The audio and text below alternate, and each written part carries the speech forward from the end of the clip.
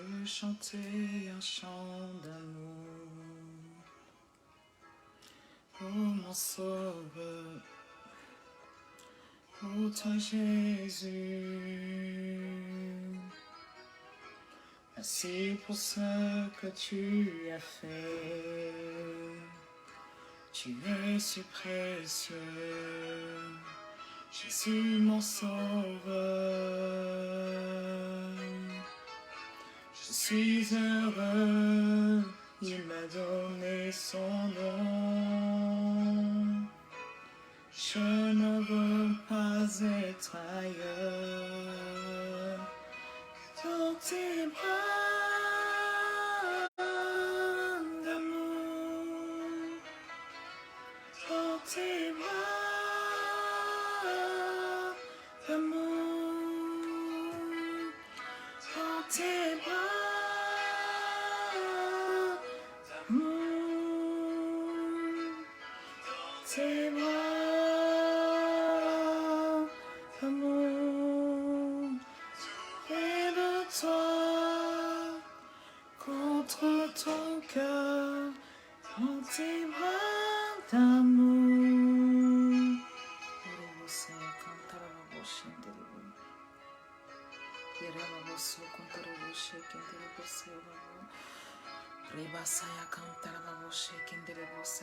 Shalom à tous, que le Seigneur vous bénisse. Je vais nous laisser le temps de partager. Merci à tous qui ont déjà partagé. Moi aussi, je suis en train de partager. Et puis, on va commencer. Juste 3-4 minutes, le temps que nos bien-aimés se joignent à nous. Et puis, on va démarrer. Que le Seigneur vous bénisse abondamment. Tu m'as fait. Tu es si précieux. Jésus mon sauveur.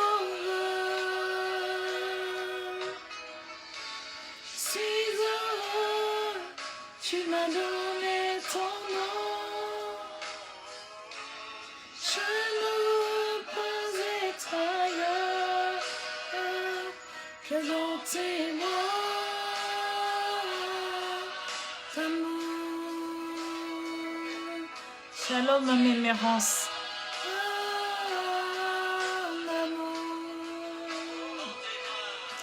Dans tes bras d'amour, dans tes bras d'amour, tout près de toi, contre ton cœur, dans tes bras d'amour.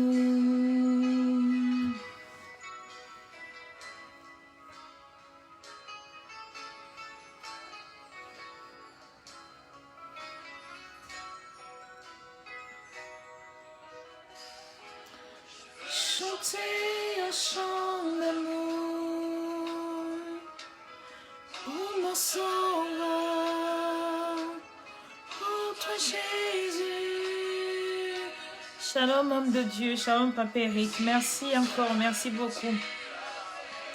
Oh, tu es si précieux, Jésus mon sauveur.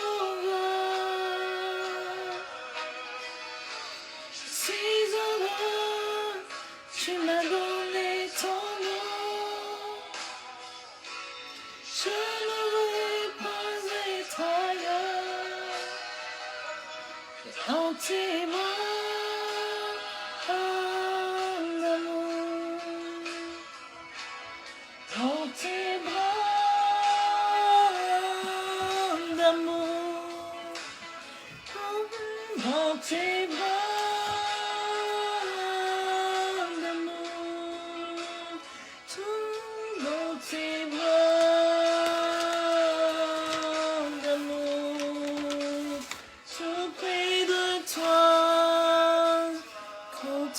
Ton cœur dans tes bras d'amour. Shalom à tous, que le Seigneur vous bénisse. Vraiment, je vais remercier la Maison du Véritable qui m'a encore donné l'opportunité ce soir. Merci beaucoup. Je bénis le Saint-Esprit parce qu'il m'a sélectionné pour être là parmi vous ce soir. Que le Seigneur bénisse tous les serviteurs de la maison véritable. Soyez bénis abondamment pour cette œuvre merveilleuse que vous faites et que le Seigneur vous bénisse et bénisse vos entreprises.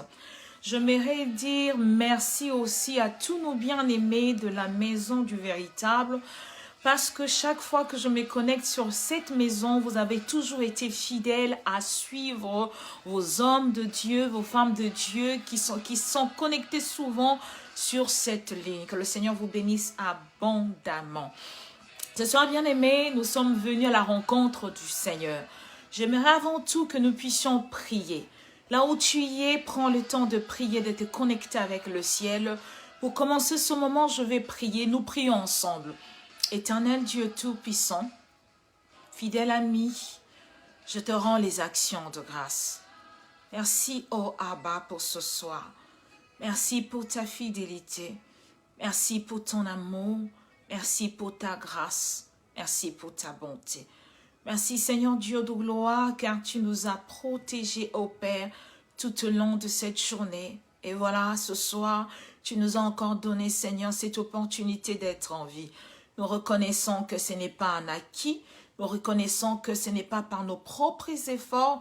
Nous reconnaissons que ce n'est pas Adonai Dieu de gloire, par Yahweh Shammah, nos comptes bancaires, mais c'est par ton amour, c'est par ta grâce, c'est par ta fidélité. Seigneur, tout au long de cette journée, Adonai Dieu de gloire, nous ne nous sommes pas conduits correctement. Et nous revenons ce soir auprès de toi pour te dire, Abba, pardonne nos péchés. Nous avons péché d'une manière ou d'une autre. Voilà, nous revenons vers toi, Adonai. Nous voulons changer, soigner nos cœurs afin d'être en contact avec toi. Car la Bible dit, tous ont péché, sont privés de la gloire. Et ce soir encore, Adonai, nous revenons à tes pieds.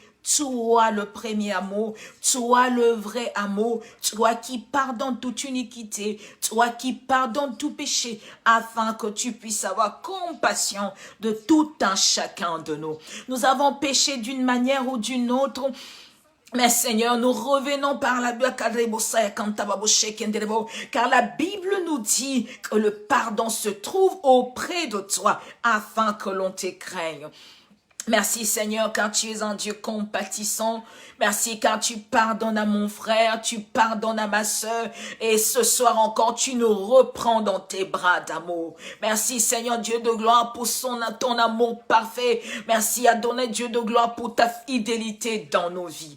Nous revenons encore ce soir, Adonai Yahweh, dans ta présence, recommander ce moment. Nous voulons t'écouter, Adonai. La Bible dit se pousser par l'Esprit, que les hommes ont parlé de sa part. Nous ne voulons pas, Adonai, parler de notre part. Parce que si nous parlons de notre part, nous serons incapables de changer de vie, incapables de sauver des vies, incapables de transformer des vies. Si toi, Saint-Esprit, tu ne le fais pas.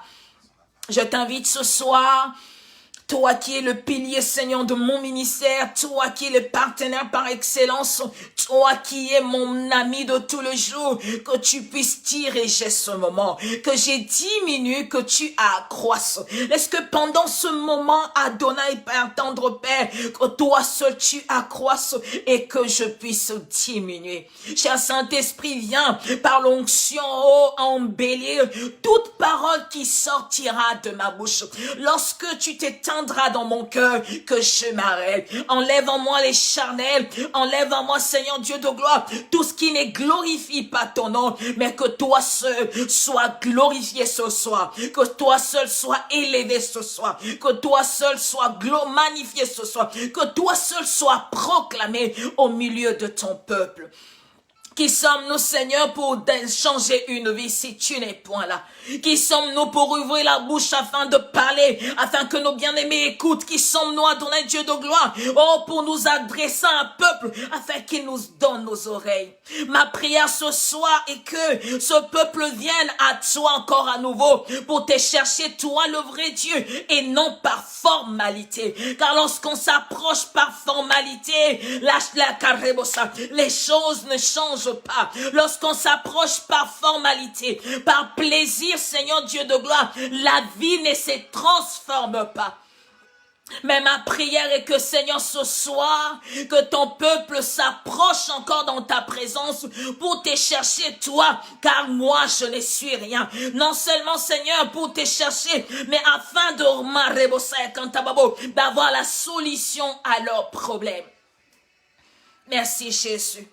Ce n'est pas par simple plaisir, Seigneur, que Yahweh Shammah, ils ont laissé, Seigneur, leur occupation pour pouvoir se connecter. Ce n'est pas pour regarder mon visage. Ce n'est pas pour entendre ma voix. Mais ils sont venus à ta rencontre pour te rencontrer, toi, fidèle ami de nos cœurs.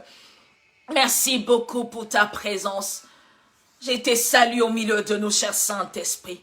Merci pour ton manteau encore. Merci pour ton onction. Merci car tu la déverses encore ce soir dans ma vie. Merci, ta présence envahit encore la vie de tes bien-aimés, Adonai. Car au travers ta présence, Adonai, Dieu de gloire, tu vas faire quelque chose ce soir. Oh Père, la Bible dit, tu envoyas ta parole et ta parole le guérit. Père, lorsque la parole s'en va, c'est pour sortir les gens de l'ignorance. C'est pour que nous puissions sortir de la prison. C'est pour que nous puissions sortir dans de troubles. C'est pour que nous puissions sortir des questionnements. Ce n'est pas seulement la guérison de l'âme, non seulement la guérison du corps, mais tu viens guérir aussi l'esprit au travers ta parole.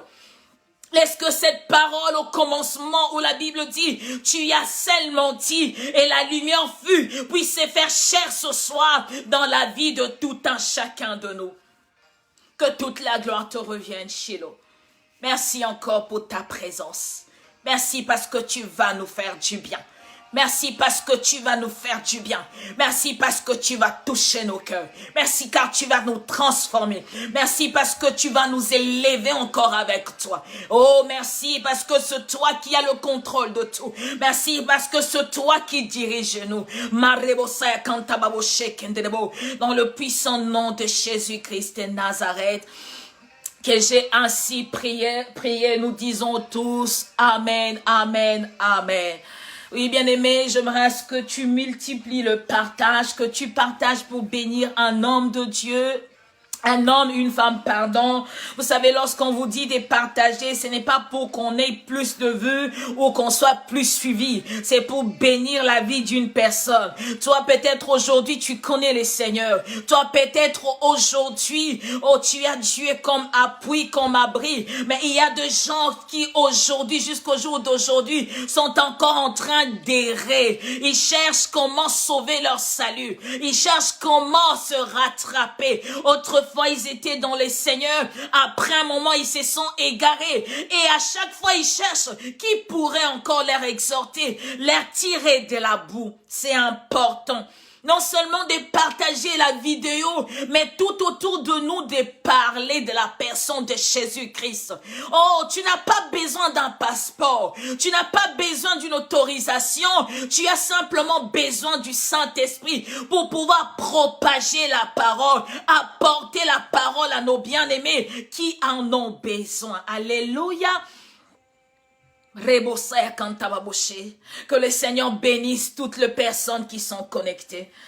Le sujet de ce soir, comme le Saint-Esprit m'avait inspiré, excusez-moi, je l'ai nommé « La familiarité tue la grâce, la familiarité tue l'onction ».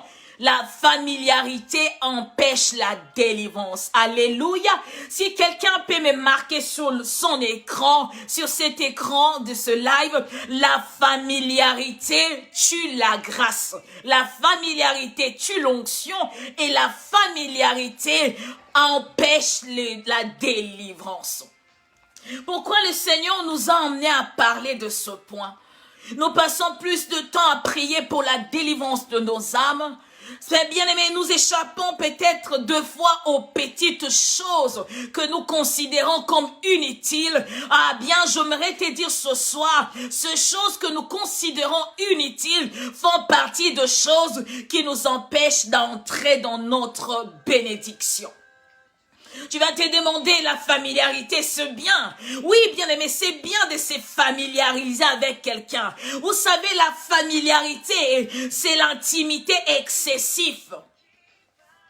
Vous savez, il y a des gens qui ont tellement d'intimité avec leurs proches, il leur arrive de fois, à de moments, de s'oublier. Ce soir, pourquoi je voulus parler de la familiarité? Car plusieurs hommes et femmes passent à côté de la bénédiction à cause de la familiarité. Je vais vous dire la définition de la familiarité. La familiarité, c'est quoi? C'est l'intimité qu'on entretient avec une personne. Moi, je l'appelle l'intimité excessive. C'est une intimité qui est au-delà de l'intimité normale. Vous savez, deux fois, lorsqu'on se familiarise avec une personne, oh bien aimé, il y a même le manque de respect qui arrive. Lorsqu'on se familiarise avec une personne, nous oublions deux fois nos statuts, nous oublions le rang social, nous oublions même l'âge de la personne qui se tient en face de nous, rien qu'à cause de la familiarité. Pourquoi j'ai dit la familiarité tue l'onction? La familiarité tue la grâce et nous empêche d'entrer ou encore que notre délivrance soit effective parce que, bien aimé, combien de femmes, combien d'hommes étant en couple avec les hommes ou femmes de Dieu sont tellement rentrés dans la familiarité que ces gens ne profitent pas de la grâce ni de l'onction de la personne avec qui elles sont ensemble. Vous savez, à force de partager la vie intime, bien aimé, plusieurs hommes et femmes de Dieu, oh, partenaires des hommes de Dieu, deux fois oublient, bien aimé. Tu peux être marié à un homme de Dieu, mais toi, pour toi, cet homme de Dieu demeure ton mari. Deux fois, tu ne reconnais pas son appel. Voilà pourquoi ça t'évite, ça t'empêche de rentrer dans la bénédiction. Tu vois les gens autour de toi être prospères, autour de toi vivre le miracle. Mais deux fois, toi, tu te poses la question, pourquoi moi je n'adhère pas? Pourquoi je ne rentre pas? Pourquoi je ne possède pas ce miracle? Je viens te dire ce soir que cela n'est pas lié du tout à la malédiction peut-être. Peut-être ce n'est pas lié à ton cœur, mais seulement la familiarité. Je vis des enfants d'hommes de Dieu qui leur vie ont été détruite, mais les enfants qui sont à l'église, considérant l'homme de Dieu comme pasteur, ont bénéficié de l'onction de cet homme, alors que ses propres enfants lui considèrent que comme leur papa. La femme qui dort avec cet homme dans le même lit les considère comme étant mon mari, et le mari qui dort avec cette femme les considère comme étant la propre femme. Vous voyez deux fois dans le couple des enfants de Dieu, ou l'homme quand il est homme de Dieu. Bien aimé, j'aimerais te dire ce soir qu'il soit homme de Dieu,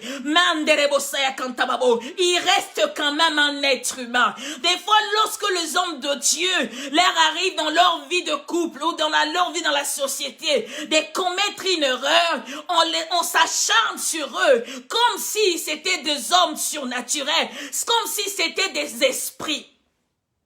Voilà pourquoi tu verras beaucoup de femmes sont toujours derrière leur rang pour leur réprimander. Même toi, un homme de Dieu, même toi, le pasteur, tu passes ta vie à prêcher, mais regarde comment tu te comportes à la maison. J'aimerais te dire, bien-aimé, que cet homme soit ton mari, que cette femme soit ta femme. Il y a une différence, parce que cette femme n'est pas comme toi. Elle a les dépôts de Dieu. Cet homme n'est pas comme toi. Il a les dépôts de Dieu. Et lorsque tu te familiarises avec son onction, tu ne bénéficies pas de cela.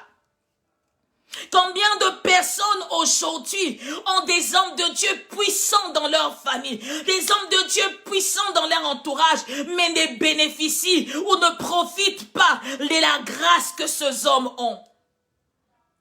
Je viens t'interpeller ce soir. À force de rester avec une personne, tu commences à prendre l'habitude. À force de dormir dans le même lit avec une personne, tu commences à prendre l'habitude. Tu dis, il est mon proche, elle est mon proche. Oh, il n'y a rien de grave. Lorsque cette personne vient t'interpeller ou encore te dire quelque chose venant de la part de Dieu, tu ne la crois pas car tu partages l'intimité avec celle-ci. Vous savez, un jour, lorsque Joseph a eu ce rêve, Joseph a fait partager partager ce rêve avec sa famille. Écoutez bien ce que les hommes de sa famille, ce frère et même son père lui a dit. Mais c'est-à-dire que toi, tu seras plus grand que nous. On lui a même nommé les faiseurs de rêves.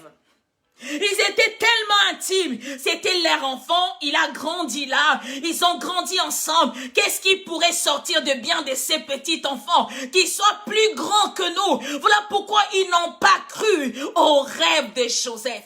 Je voudrais te dire, tu passes à côté de la bénédiction à cause de la familiarité. Les jours où tu vas sortir de la familiarité, les choses vont changer dans ta vie. Vous savez, j'ai une amie, on a grandi ensemble, on a étudié ensemble. Cette amie, lorsqu'elle m'appelle, elle me dit toujours, je ne te vois pas comme mon amie, mais je te vois comme une servante de Dieu pour profiter de la grâce qui est en toi. Aujourd'hui, tu es tellement familier avec les hommes de Dieu. Même lorsqu'ils prêchent, toi dans ton cœur, tu dis, oh, nous buvons ensemble. Nous faisons ceci ensemble. Mais ne crois pas si tu rigoles avec cet homme ou encore tu rigoles avec cette femme que vous devenez pareil. Vous savez, la familiarité emmène même les gens à manquer du respect à leurs proches.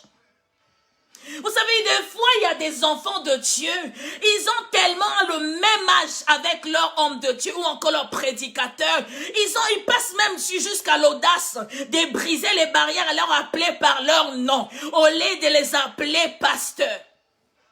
Tout cela à cause de la familiarité. Parce qu'un jour, ils ont bu ensemble, un jour, ils ont mangé ensemble, ils ont rigolé ensemble. Directement, le voile est tombé. Directement, tu fais tomber toi-même le voile et tu rentres en contact. Tu commences à briser les interdits. J'aimerais te dire ce soir, les interdits que tu as brisés, c'est ce qui amène le malheur dans ta vie. Ce n'est même pas la malédiction. Tu vas prendre ta Bible là où tu es. Nous allons lire la parole de Dieu.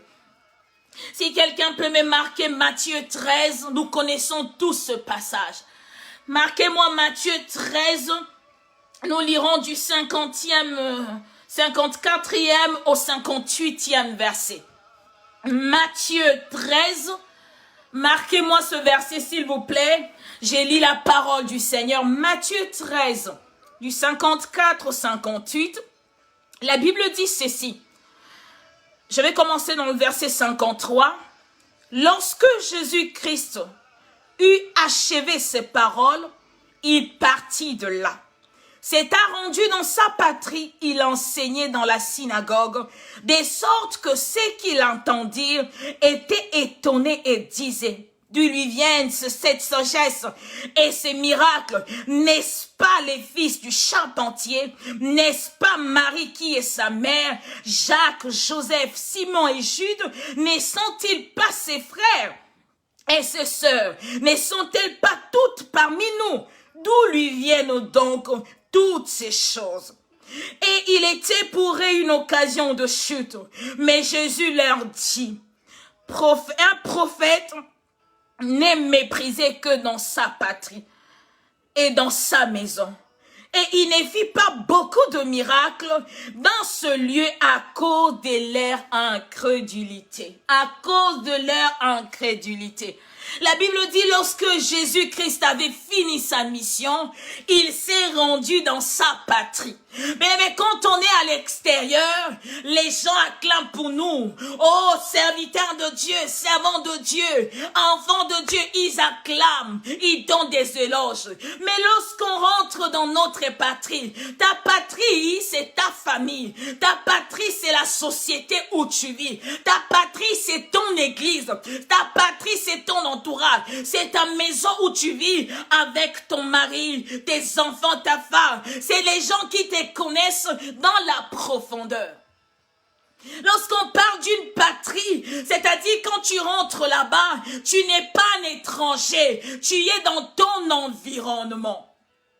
Jésus-Christ, après avoir achevé une mission, il s'est dit, je vais d'abord rentrer dans ma patrie. Je ne sais pourquoi il était retourné dans sa patrie. Peut-être qu'il est retourné pour aller visiter sa mère. Il y avait là sa mère, son père, ses frères et sœurs. Et lorsqu'il est rentré, la Bible dit, il était en train de prêcher dans les synagogues.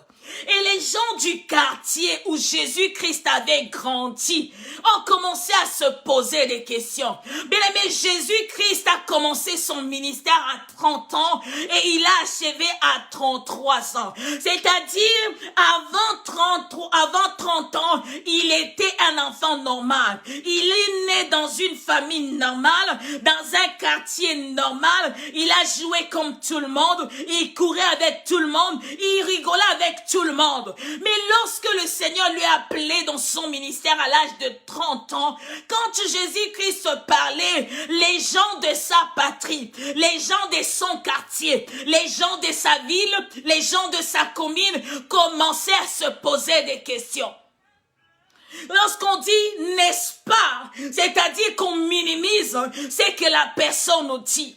Lorsqu'on dit n'est-ce pas le papa Eric, n'est-ce pas maman Ethel, n'est-ce pas la maman Lina, n'est-ce pas ma soeur Marcel, lorsqu'on dit cela, c'est-à-dire qu'on minimise ce qui sort de la bouche d'une personne. Personne n'a voulu croire en Jésus-Christ parce qu'il a grandi avec eux, il a couru avec eux, des fois il jouait sous la pluie avec eux. Et quand il est venu pour les apporter la parole, il s'est posé la question, est-ce que c'est la même personne ou nous nous trompons complètement? Cela t'arrive aussi lorsque tu parles à ta famille de la part du Seigneur. Ils se disent, toi qu'on dort dans le même lit, toi qu'on fait des bêtises ensemble, toi qu'on fait ceci et cela, et ils ne croient pas en toi. Combien de personnes, lorsqu'ils étaient dans les passés, ils traînaient avec les gens, mais étant convertis, les gens qui ont fait partie de son passé jusqu'au jour d'aujourd'hui continuent à le voir comme toujours dans le passé. Et quand il leur parle de la part du Seigneur, personne ne croit à ces personnes. Il continue à leur rappeler leur passé. Mon frère, laisse tomber. On buvait ensemble. Mon frère, laisse tomber. On faisait ceci ensemble. On faisait cela ensemble. Et ne veulent pas croire à tout ce qui sort d'eux. Aujourd'hui, peut-être que tu traverses cette situation. Aucune personne ne veut reconnaître ton appel. Aucune personne ne veut reconnaître la grâce qui est en toi. Quand tu rêves, tu viens leur informer. Ils te disent, oh, ce ne sont que des baratineries. Qu'est-ce qu'elle peut dire de mieux? Quand tu es dans l'assemblée, ou tu es dans une réunion de famille, tu te dis, moi, dans ma connaissance de la parole de Dieu, lorsque tu veux prendre la parole, ils t'effacent, ils te font taire, parce que ils te connaissent en profondeur.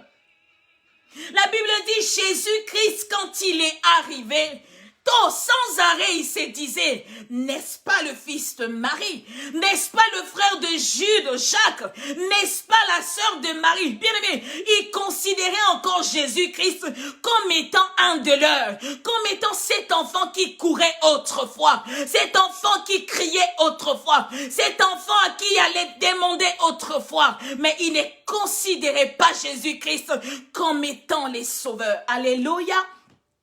Qu'est-ce que la Bible dit? La Bible dit ceci. Lorsque Jésus-Christ est arrivé, il était devenu une occasion de chute. Quand il a parlé de la part du Seigneur, il était considéré comme une occasion de chute. Au lieu que les gens profitent de cette grâce, mais il devient une occasion de chute. Voilà, Jésus-Christ dit, nul n'est prophète chez soi. Oh, ils n'ont pas voulu croire en Jésus-Christ parce qu'ils ont grandi avec Jésus-Christ. Ils l'ont vu tout faire. Ils l'ont vu tout faire, bien-aimés. Et cela les a empêchés de bénéficier de cette grâce. La Bible dit par la suite, Christ n'a pas pu faire beaucoup de miracles en ce lieu à cause de l'incrédulité. Ces peuples, tellement qu'ils connaissaient bien Jésus-Christ, tellement qu'ils maîtrisaient bien Jésus-Christ, l'incrédulité était née dans leur cœur. Mais l'incrédulité, c'est quoi? C'est quand tu es face à la réalité, mais dans ton cœur tu dis, je ne vais pas croire, ce ne sont que les mensonges. Mais lui, elle ne peut pas faire ça. ça. Elle ne peut pas faire ça. J'aimerais te dire ce soir, ta bénédiction est liée peut-être à un de ta famille que le Seigneur a appelé. Ne regarde pas la relation que vous entretenez. Ne regarde pas les statuts de cette personne. Mais ta délivrance, ta restauration dépend du ministère de cette personne. Voilà pourquoi tu vois, ces gens, l'incrédulité était née dans leur cœur. Pourquoi? Parce que Jésus-Christ était leur proche. J'aimerais te dire ce soir, on ne se familiarise pas avec un homme de Dieu. Qu'il soit ton ami, qu'il soit ton époux, qu'il soit ton fiancé, on ne se familiarise pas avec un homme de Dieu. C'est très, très dangereux. Des fois, peut-être qu'aujourd'hui, tu ne comprends pas les risques. Vous savez, la familiarité avec l'homme de Dieu, lorsqu'on brise la barrière, le voile qui sépare une personne normale avec un porteur d'arche, bien aimé, c'est une forme de malédiction. Vous savez, des fois, ça me choque de voir les gens appeler les hommes de Dieu par des petits noms. Il les rappelle prophète, il les rappelle pasteur, les diminutifs des pasteurs, mais les gens n'ont pas connaissance de ça. Mais certaines fois, ils appellent leurs proches évangile. C'est comme un prénom ou encore un slogan de familiarité. Je voudrais que tu m'écoutes ce soir très bien. Si tu es ami avec un homme de Dieu, si tu es marié avec un homme de Dieu, si tu es proche d'un homme de Dieu, ne banalise pas son appel, ne banalise pas son onction. Même si cette personne s'est méconduite, ce n'est pas ton problème. Même si cette personne ne va pas dans le bon chemin, ce n'est pas ton problème. Toi, continue à considérer cet homme de Dieu. Combien de personnes ont été maudites dans leur vie parce qu'ils ont parlé mal des hommes de Dieu? Le même homme qui ne dort pas la nuit, bien-aimé, pour prier pour toi. Mais tu vas appeler quelqu'un au téléphone pour lui dire, tu regardes cet homme de Dieu. Regarde comment il se voit comme, il fait ceci, il fait cela. Hier, je l'ai rencontré quelque part. Bien-aimé, cet homme qui la nuit ne prie pas, ne dort pas pour prier pour toi. Et tu parles du mal de lui. La Bible dit un jour Aaron et sa sœur étaient en train de parler mal de Moïse. La Bible dit ils étaient frappés. J'aimerais te dire ce soir, ne te familiarise pas avec un homme de Dieu.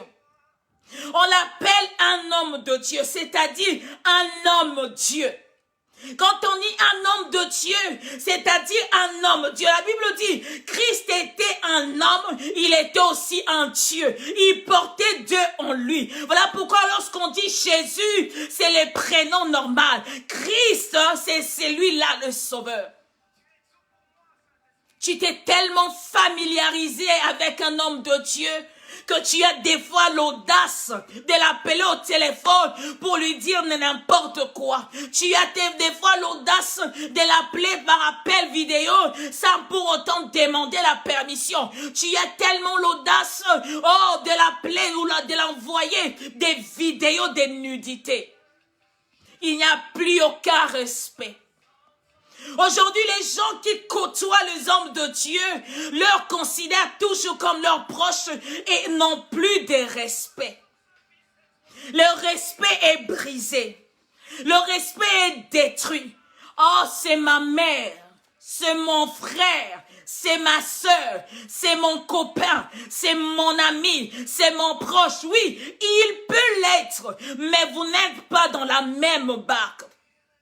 Le porteur d'arche est toujours différent de toi. Je voudrais te rappeler ce soir, quel que soit ce qu'il est, ce n'est pas ton problème. Quel que soit ce qu'il fait, ce n'est pas ton problème. Ton problème, c'est écouter, l'obéir. J'aimerais vous dire encore ce soir, c'est que j'ai souvent remarqué dans la vie des enfants de Dieu. Vous savez, plusieurs enfants de Dieu se sont familiarisés avec l'onction. Quand j'ai dit l'onction, se sont familiarisés avec le Saint-Esprit. Plusieurs enfants de Dieu se sont familiarisés avec les Saint-Esprit. Ils savent même canaliser les Saint-Esprit. Ils se disent aujourd'hui, les Saint-Esprit va parler comme ceci, les Saint-Esprit va parler comme cela. Quand ils sont dans l'assemblée, dans l'intercession, ce n'est que la même personne qui prophétise. C'est dans cette personne que toutes les grâces sont canalisées. Bien aimé, on ne se familiarise pas avec les Saint-Esprit. Voilà pourquoi quand tu viens dans la présence de Dieu, tu t'es dit hier, le Seigneur m'a utilisé dans la prophétie. Aujourd'hui encore, ça sera la prophétie. Tu t'es tellement familiarisé avec le Saint-Esprit au niveau extrême, même tu contrôles les mouvements du Saint-Esprit. Maman, je n'ai jamais vu ça. Tu t'es tellement familiarisé avec le Saint-Esprit, même que tu anticipes les actions du Saint-Esprit. Aujourd'hui, Saint-Esprit va agir comme ceci. Oh, il va agir comme cela. Tu as tellement la maîtrise du Saint-Esprit jusqu'au point, tu peux communiquer aux gens à l'avance ce que le Saint-Esprit peut faire. Je viens te dire ce soir, on ne se familiarise pas avec le Saint-Esprit. Oh, si dans ta vie, tu t'es familiarisé avec le Saint-Esprit, je voudrais te dire, ce n'est plus le Saint-Esprit, il n'est plus là. C'est maintenant la chair qui agit. Le Saint-Esprit, quand il agit dans une vie, c'est sous diverses formes, sous divers moyens. Il ne vient pas seulement par le seul moyen. Il ne viendra pas seulement avec une seule prophétie. Il va te venir aujourd'hui te dire, tu vas te marier dans 3 mois. Il vient demain, tu vas te marier dans 3 mois. Il vient 6 jours, dans 3 mois. Et le Saint-Esprit ne vient jamais pour te dire, abandonne tout. Mais il est tellement maîtrisé que toi-même tu les contrôles. Voilà pourquoi ta vie n'évolue pas. Vous savez, un jour, Samson s'était familiarisé avec l'onction. Voilà pourquoi il faisait des bêtises et des bêtises, des bêtises et des bêtises. Et à un moment, lorsqu'on lui a dit que les Philistins étaient là, il avait oublié qu'il n'avait plus de cheveux sur sa tête. Il s'est dit, oui, ils sont là, je vais gagner comme les autres fois. Il maîtrisait tellement la présence du Saint-Esprit. Il s'est familiarisé avec l'onction. Et tellement être familiarisé avec l'onction, il pouvait anticiper les actions, il pouvait anticiper les gestes. J'aimerais te dire ce soir, lorsqu'on se familiarise avec l'onction, ça devient un malheur pour nous. Faisons très très attention. Des fois, nous ne prenons pas compte de ça, mais ça fait partie de ce que nous vivons aujourd'hui comme malheur. Vous savez, plusieurs personnes se sont aussi familiarisées avec le péché, qu'on appelle le péché chéri. Il y a des gens tellement à fond avec les péchés chéris, on ne peut leur détacher. Ils sont amis avec le péché chéri. Ils sont amis avec les péchés chéris. Ils pourront tout abandonner, mais les péchés chéris, ils sont familiarisés. Ils partagent la même vie. Ils ne peuvent se séparer. Bien-aimé, tu passes ton temps à pleurer dans la présence de Dieu. Tu passes ton temps à chercher la présence de Dieu alors que ton problème, c'est toi-même. Il faut que tu fasses un point dans ta vie. Alors que ton problème, c'est ta conduite. Oh, tu passes ta vie à commettre de péché en péché en péché. Vous savez, il y a des gens, lorsqu'ils commettent de péché, ils te disent, oh, le Seigneur est compatissant. Il est riche en bonté, là, en la colère. Oui, un jour, la bonté, les compassions vont s'épuiser. Ils sont tellement familiers avec le péché qu'aucun péché ne leur font peur. Ils vont commencer à tomber du jour au lendemain, du jour au lendemain. Le Seigneur est compatissant, c'est qui est bien parce qu'il m'aime, c'est qui est bien parce qu'il m'aime. Il va seulement me pardonner. Est-ce que Dieu est obligé de te pardonner? Pose-toi cette question, est-ce que le Seigneur a l'obligation de te pardonner? Tu vas toi-même aller chercher des choses, mais en retour, tu veux que Dieu te pardonne. Est-ce qu'il est obligé? Est-ce qu'il t'a dit, mon enfant, va te familiariser avec le péché. Mon enfant, va te familiariser avec cet homme de Dieu. Mon enfant, va te familiariser avec cette femme de Dieu. Il ne t'a jamais dit ça. Faisons attention. De nos jours, nous ne faisons plus attention à toutes ces choses. De nos jours, nous ne faisons plus attention à notre entourage. De nos jours, nous ne faisons plus attention à ce qu'on dit. Nous ne faisons plus attention aux gens qui nous entourent. De nos jours, nous trouvons que tout est bien, tout est facile, tout peut se passer bien. Dans Marc 6, 1 à 6, c'est pareil, c'est le même passage, c'est conforme. La Bible dit ceci, Jésus partit de là et s'est rendu dans sa patrie. Les disciples le suivirent.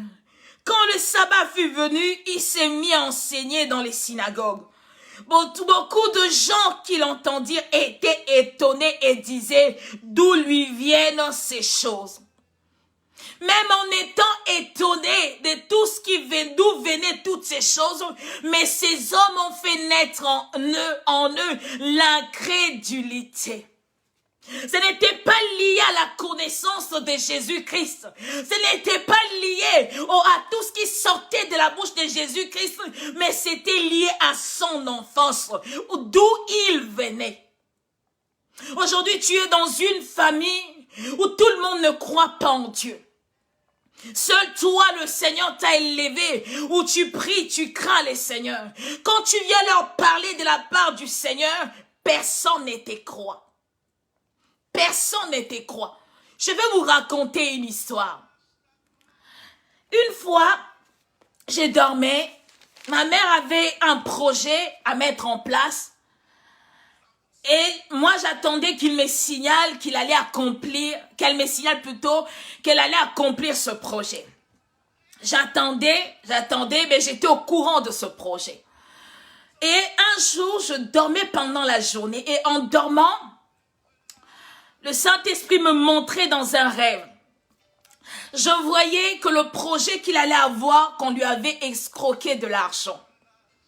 Qu'on lui avait arnaqué tout l'argent qu'il allait donner pour ce projet. Et je sursautais de mon rêve, c'était 2 heures, donc 14 heures.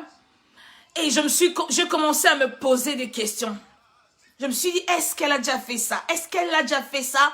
Donc, je l'ai appelé au téléphone. Je lui ai dit, mais regarde ce que je vis en rêve, fais attention et tout. Est-ce que tu as donné l'argent?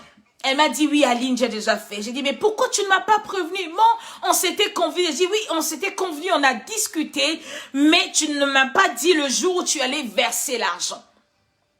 Elle m'a dit, bon, je crus que comme on avait déjà discuté, c'était déjà fini. J'ai dit, mais le rêve que j'ai eu, je le sens encore dans mon corps, ce n'est pas bien, je tremblote. J'aimerais à ce qu'on prie que le Seigneur nous fasse grâce. Comme c'était un projet lié à mon grand frère, donc j'ai appelé mon grand frère, j'ai partagé ses rêves avec lui. Il m'a dit, Aline, toi le Seigneur te parle, on va prier. Nous avons prié un mois plus tard, ça s'est reproduit comme j'avais vu en rêve. Elle a été arnaquée de toute la somme qu'elle avait donnée. Et c'était une grande somme qu'elle avait donnée. Et lorsque je lui ai dit, j'ai dit, souviens-toi du rêve que je t'avais dit. Elle m'a dit, oui, Aline, je me rappelle encore, mais je me disais, oh, c'est encore une idée d'Aline. C'est encore ses pensées. Elle trouve des petites bêtes de partout. Elle s'est dit que je trouvais des petites bêtes de partout, alors que c'était la réalité. Combien de fois que le Seigneur est venu à toi pour que tu sauves ta famille et celle-ci n'a pas voulu croire en toi à cause de la familiarité. Combien d'hommes de Dieu passent leur nuit avec leurs femmes? Lorsqu'ils se tiennent devant la chair pour parler, la femme ne voit que l'homme avec qui ils ont passé la nuit le soir. Ils ont dormi sur le même lit. Oh, vous pouvez bien dormir dans le même lit. Vous pouvez bien tout faire. Mais cela ne fait pas de cet homme un homme ordinaire. Il ne deviendra jamais un homme ordinaire parce qu'il partage l'intimité avec toi. Si regarde aujourd'hui, nous disons toujours, les enfants des hommes de Dieu sont gâtés. C'est les enfants qui n'ont pas réussi leur vie. C'est les enfants qui sont à part. C'est les enfants qui ont tout le mauvais chose du monde. Ce n'est pas parce que ces hommes de Dieu ont fait quelque chose. C'est parce que les enfants ne rentrent pas dans la vision de leur père. Si tu es un papa qui est un homme de Dieu, j'aimerais t'inciter ce soir à arrêter de les considérer comme un homme normal. Si tu as un frère avec toi, arrête de les considérer comme une personne normale. Bien aimé, le prophète de ta vie, ça pourrait être même ton enfant. Combien de fois mes enfants, moi je les considère comme des prophètes. Ils viennent me dire, tu sais, je rêvais ceci, j'ai rêvé cela. Je n'ai jamais douté. Je ne les ai jamais dit, arrête avec tes rêves. J'essaye d'activer le don qui est en eux, d'activer le don que ces enfants portent, parce que ces dons bénéfique pour l'œuvre de Dieu. Combien de fois mes enfants m'ont dit des rêves qui étaient réels, qui se sont affirmés au travers d'autres hommes de Dieu. Ne banalise pas l'onction qui est dans une personne. Ne te familiarise pas avec une personne qui est porteur de l'arche. Qui est porteuse de l'arche. Ne te familiarise pas avec l'onction. Parce que autrefois, excusez-moi pour le mot, tu es sorti avec la personne, vous avez mangé ensemble, vous avez logé ensemble, vous avez partagé l'intimité, que tu peux les considérer comme une personne normale. Je voudrais interpeller toutes ces personnes qui passent leur vie à critiquer, à parler du mal de leurs proches. C'est des genres de personnes qui ne trouvent pas du bien dans les autres. Ils passent le temps à dire, oh, lui aussi, hein, il est mauvais. Lui aussi, hein, il a fait ceci. Lui aussi, hein, il a fait cela. J'aimerais te dire, tu te crées toi-même la malédiction. Pose-toi la question. Qu'est-ce que je peux faire? Je passe toute ma vie dans la présence de Dieu pour qu'en plus, en réalité, ou à la fin, je perde ma bénédiction. Toute ma vie, je la passe dans la prière. Je demande, Seigneur, fais-moi grâce. Seigneur, je veux que ma vie change. Seigneur, je veux que les choses changent. Mais bien aimé, si tu ne changes pas ce point, la vie ne va pas changer. On a souvent l'habitude de nous prêcher sur de bonnes choses. Mais moi, j'adore ça. Tu vas te marier, tu vas avoir des entreprises, tu es un grand homme, une femme de Dieu, c'est bien. Mais on ne nous a jamais, dit les conséquences de la familiarité avec l'onction. Les hommes de Dieu passent le temps à nous interpeller de venir dans la présence de Dieu, à faire du bien, à faire ceci et cela. Mais il est temps qu'ils nous interpellent sur comment craindre quelqu'un qui porte l'onction. Plusieurs vies sont détruites à cause de cela. Plusieurs personnes, leurs vies ont été bloquées à cause de cela. Oh, un homme de Dieu prie pour cette personne. Par derrière, la personne va aller dire du mal de cet homme de Dieu. Oh, avant la vie allait, semblait aller. Arrivé un coup, la vie s'arrête.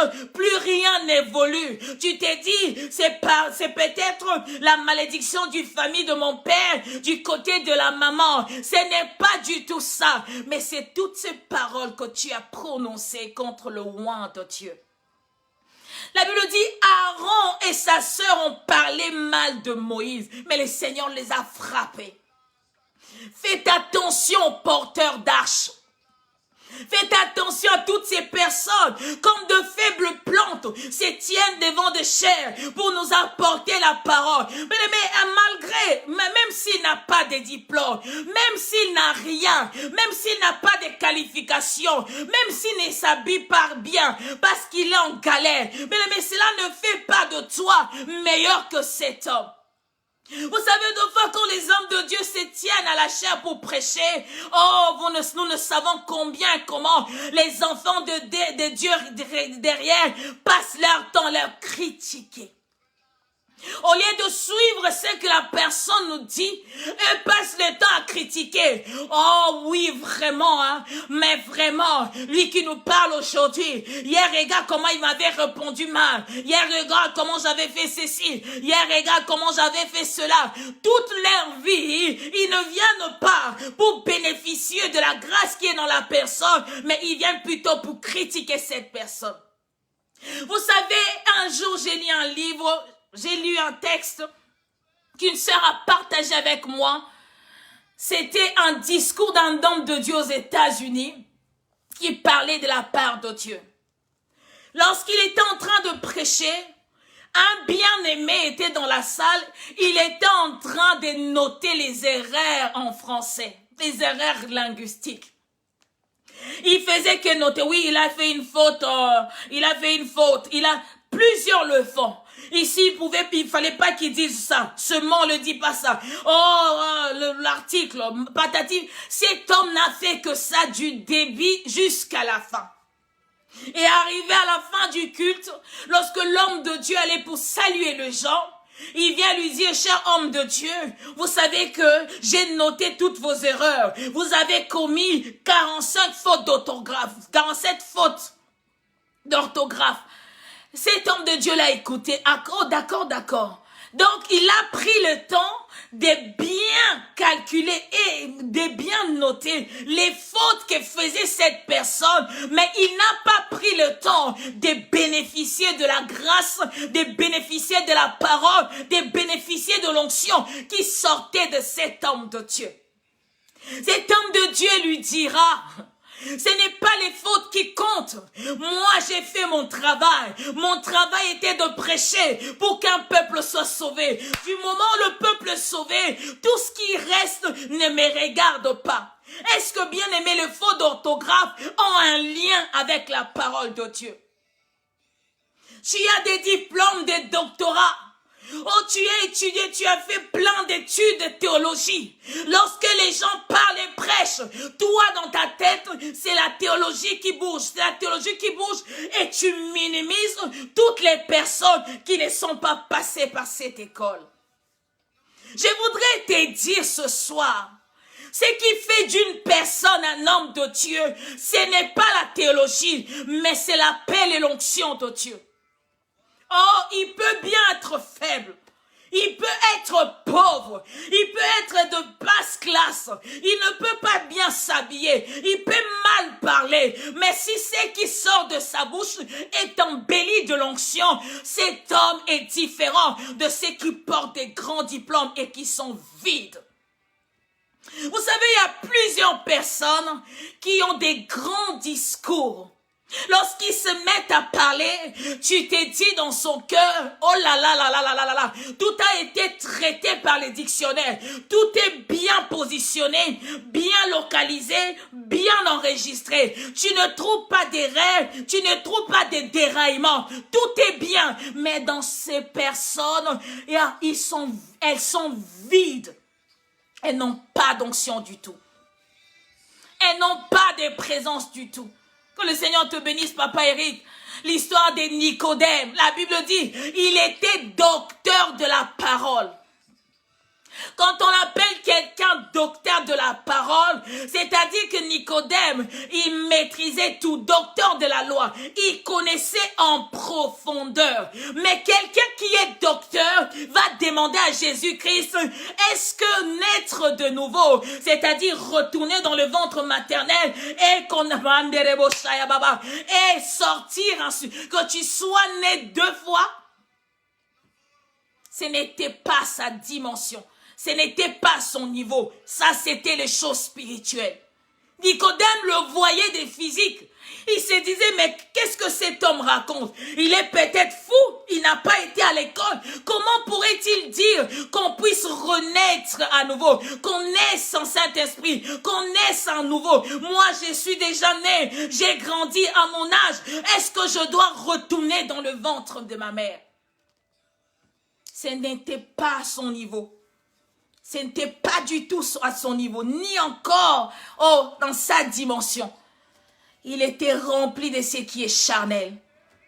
Christ peut-être n'a pas été scolarisé. Mais en Christ, il y avait Dieu. Christ disait de choses réelles. Il ne parlait pas des circonstances naturelles. Il ne parlait pas du charnel. Mais Christ parlait du spirituel. Voilà pourquoi c'est différent, toi qui es charnel, de comprendre quelqu'un qui est spirituel. C'est pourquoi quand tu vas dans un culte, tu regardes plus le physique. Tu regardes plus les charnels, tu es plus intéressé dans ce qui est charnel, dans ce qui est périssable et non dans ce qui est spirituel et qui peut sauver des vies. La familiarité tue l'onction. La familiarité tue l'onction. Vous savez, lorsque la familiarité s'installe dans une vie, la familiarité, non seulement ça fait naître la culpabilité, ça fait naître l'incrédulité. La familiarité fait naître aussi un manque de respect. La familiarité fait naître un manque de reconnaissance. Un homme de Dieu prie pour toi, comme c'est quelqu'un de ta famille, le Seigneur te visite et tu as le miracle. Oh, tu t'es dit, je ne veux pas le remercier. Si je lui remercie, il va dire qu'il est plus grand que moi. Il dira qu'il a plus de grâce que moi. Il dira qu'il connaît beaucoup de choses que moi, qu'il a l'onction que moi. Combien de hommes de Dieu se combattent en ce moment pour ça? Ils sont tellement familiers, amis, quand ils sont visités par un de leurs, oh, ils se disent, non, je n'ai pas le temps de leur dire que j'ai été visité parce qu'il a prié pour moi. Ça ne fait renaître dans un cœur, oh, bien-aimé, l'irreconnaissance et l'orgueil. La familiarité fait naître l'orgueil. Surtout ce qui m'attriste, c'est quand ça fait naître le manque de respect.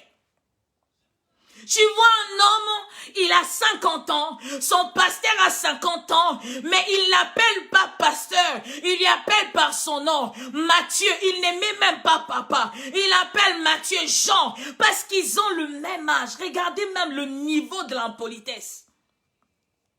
Aujourd'hui, entre les enfants de Dieu, il n'y a plus de respect. Oh, il n'y a plus les aînés, il n'y a plus les petits, les plus jeunes. Tous sont dans la même barque. Il y a tellement du mélange qu'on ne peut plus différencier qui est qui. Bien aimé, on ne se familiarise pas avec la grâce ni l'onction. Plusieurs délivrances ne sont pas accordées rien que pour ça. Vous savez, beaucoup de personnes vont chercher la délivrance ailleurs. Peut-être que la délivrance se trouve dans leur église ou dans leur maison. Ils vont se dire, non, il va prier pour moi. Non, je ne crois pas que je verrai le miracle. Je préfère aller ailleurs. Beaucoup de personnes préfèrent aller ailleurs que se confier aux gens que le Seigneur a élevés dans leur famille. Les blocages sont dans le niveau de leur vie. Ils ne vivent pas la délivrance complète de leur vie parce qu'ils n'ont pas encore brisé cette barrière d'accepter la grâce qu'il y a dans l'autre. Lorsque tu n'acceptes pas la grâce qu'il y a dans l'autre, bien aimé, je te dis, tu bloques le chemin de ta destinée.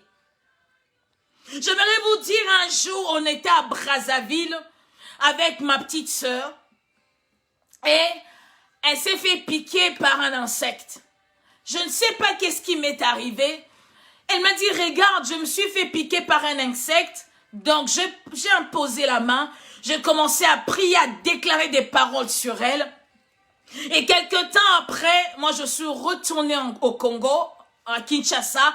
Elle était restée au Congo-Brazzaville. Et un jour, elle m'a appelé au téléphone. Elle m'a dit, Yaya, j'ai dit, qu'est-ce qui se passe? Tu sais, quand tu as prié pour moi, j'ai dit oui. Tu sais ce qui s'était passé? J'ai dit non, qu'est-ce qui s'est passé? Il m'a dit oui. Quand tu as prié pour moi, l'insecte qui m'a piqué, je suis allée à l'église, ils m'ont dit, il y avait un insecte qui t'avait piqué. Ce n'était pas un insecte physique, c'est un insecte spirituel. Cet insecte, son objectif était d'introduire un venin en toi afin que ta vie de prière soit détruite. Mais une personne a prié pour toi et a neutralisé les effets de ce venin. Elle m'a dit, quand tu priais, je disais dans mon cœur, Mais elle aussi, elle voit les démons de partout. Cette histoire que je vous raconte, ça fait déjà 12 ans de cela. Pourquoi? Parce que je suis sa sœur. C'est l'enfant de ma mère. On a passé toute notre jeunesse ensemble. Depuis qu'on était nés, on était toujours ensemble. Je faisais des bêtises, il faisait des bêtises. Je le grondais, je le tabassais. On était ensemble. Mais quand j'imposais les mains pour lui dire quelque chose, dans son cœur, il disait, ah, elle aussi, elle exagère. Mais gloire soit rendue à Jéhovah, qu'il a fallu il était important que je prie pour qu'elle soit sauvée. Aujourd'hui, bien-aimés, nous passons à côté de la bénédiction à cause de la familiarité. Nous passons à côté de beaucoup de choses, même des délivrances de notre vie, à cause de la familiarité. Nous voulons plus aller vers ce qui brille. Nous nous disons là-bas, oh, quand ils vont me toucher, je serai visité. Mais dans ce qui ne donne pas vie, dans ce qui ne donne pas espoir, tu ne fais pas confiance. Tu t'es dit, c'est normal, c'est mon bien-aimé. Même s'il prie pour moi, même si elle prie pour moi, ça sera la même chose. Je viens te dire ce soir, si tu veux être visité dans ta vie, si tu veux expérimenter la main de Dieu en toi, banalise et mandelebo. Aujourd'hui, abandonne la familiarité. Que cette personne soit petite, qu'elle soit moche, comme tu peux le dire. Oh, qu'elle n'ait pas de diplômes, de capacités, encore de potentiel comme toi. Sache-le, bien-aimé, c'est quelqu'un que le Seigneur a appelé et qu'il a déposé de choses en cette personne. Aujourd'hui, les gens se sont tellement familiarisés avec la prophétie que les gens courent derrière la prophétie. Ils ne laissent plus le temps à la parole de Dieu. La vraie prophétie, c'est la parole de Dieu. La Bible dit, il envoya sa parole et sa parole guérit. Bien-aimé, tu vas courir derrière la prophétie, mais à la fin, tu vas te dire, qu'est-ce que tu gagnes en retour? Mais la parole de Dieu t'enseigne. La parole de Dieu, oh, transforme. La parole de Dieu sauve ta vie. La parole de Dieu te prévient de choses à venir. La parole de Dieu t'ouvre les yeux sur certaines choses qui se passent sur terre. C'est bien bon d'entendre qu'on nous avait dit ceci, qu'on nous avait dit cela, qu'on nous avait prophétisé, qu'on nous avait dit ceci, qu'on nous avait dit cela. C'est bien bon. Mais lorsqu'on te dit toutes ces choses, qu'est-ce que tu fais par la suite? Ne te familiarise avec rien. Oh, l'onction peut te tuer, bien-aimé. Vous savez, ce Jean, lorsqu'on était en train de porter l'arche, vous savez, ce passage m'a brisé le cœur le jour où je l'ai lu. On était en train de porter l'arche. L'arche a fait comme s'il allait se crouler. Ces hommes de bonne intention sont venus se tenir l'arche, la familiarité avec l'onction, alors qu'ils n'étaient pas appelés à tenir l'arche. La Bible dit, ils ont trouvé la mort tout à coup, tout de suite. Il n'y a même pas eu de temps de prolongation. Vous savez, l'onction, c'est comme l'arche. Lorsque tu n'es pas dans la lignée, tu ne peux pas jouer avec l'onction parce que tu mets ta vie en danger. Tu dois tenir compte de tout cela. Pourquoi mets-tu ta vie en danger? Pourquoi tu vas critiquer quelqu'un qui prie pour toi? Tu vas toucher l'onction pour mettre ta vie en danger. Pourquoi passes-tu ton temps à dire du mal de ton pasteur? C'est lui qui se sacrifie. Il est combattu. Il est attaqué pour qu'à la fin de compte, toi, tu sois béni. Et qu'est-ce que tu fais? Tu les critiques en secret. Aujourd'hui, les enfants de Dieu sont tellement hypocrites. Ils vont acclamer Daddy, Daddy, Daddy. Mais quand ils rentrent à la maison, oh, j'étais à l'église et Tom exagère. Vraiment, ce qu'il a dit aujourd'hui, c'est vraiment mondain.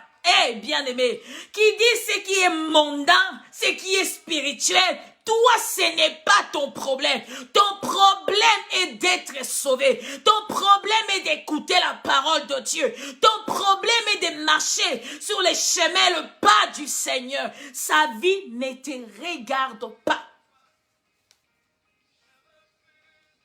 Le Seigneur m'a mis cette pensée dans mon cœur. Car le Seigneur veut sauver une âme. Le Seigneur veut sauver une vie. Le Seigneur veut sauver quelqu'un qui a longtemps pleuré. Cette personne pleure tellement beaucoup que ses cris sont montés vers Dieu. Mais il y a une chose qui empêche au Seigneur d'intervenir, parce que devant cette personne, il y a tellement des interdits qu'elle a touchés qui empêchent à ce que la grâce de Dieu puisse la visiter. Il est temps qu'on abandonne cela. Nous passons les temps à pleurer, à condamner les seigneurs. Nous voulons que le Seigneur nous fasse du bien, mais nous sommes amis du péché. Le péché, c'est notre mode de vie. Vous savez, deux fois vous priez, les gens se disent, est-ce que vraiment c'est un enfant de Dieu? Un jour, un frère m'a dit, tu sais, sœur, quand j'étais en Afrique, j'allais dans la boîte de nuit. Le soir, le protocole de la boîte de nuit, c'était ma sœur.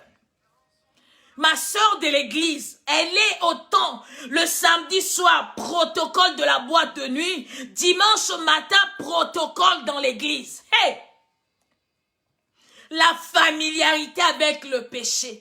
Le péché est devenu notre monde, notre environnement. Des fois, on n'a même pas la force d'abandonner. Même notre conscience est morte. La conscience n'est plus tellement en nous que lorsqu'on rentre dans les péchés, nous nous trouvons bien dans cela. Mais nous allons à l'église. Pose-toi la question, depuis combien de temps tu comptes sur tes doigts les nombres d'années que tu as fait à l'église que tu n'es pas toujours visité? Ce n'est pas parce que le pasteur n'a pas d'onction. Ce n'est pas parce que le pasteur n'a pas la grâce. Ce n'est pas parce que le pasteur ne sait pas prier. C'est parce que toi-même, ta vie n'est pas en ordre avec le Seigneur.